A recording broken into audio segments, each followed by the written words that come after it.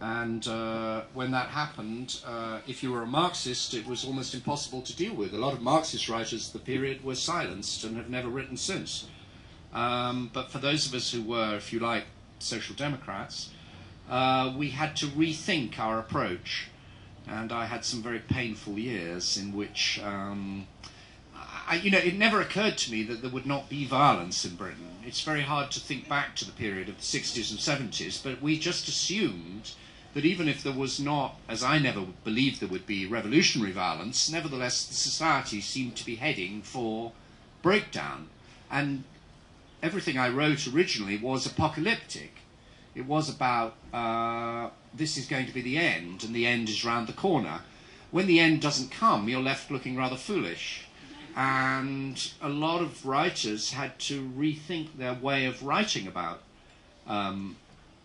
society. But once it became clear the immense and irreparable damage that was being done to the country by, crudely, free markets being opened up and capitalism being rebooted, so to speak, with a fresh vigour, then certainly writers of my generation were handed a fresh subject which we attacked with relish, really.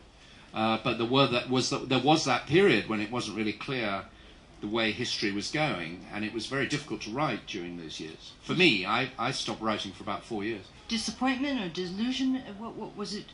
I just couldn't get a hang on what was going on. It never, of all the things that were going to happen, a right-wing, fundamentalist, authoritarian, but democratic government reinvigorating capitalism to the apparent universal pleasure of the society was not something we had seen on the agenda. We never saw that coming.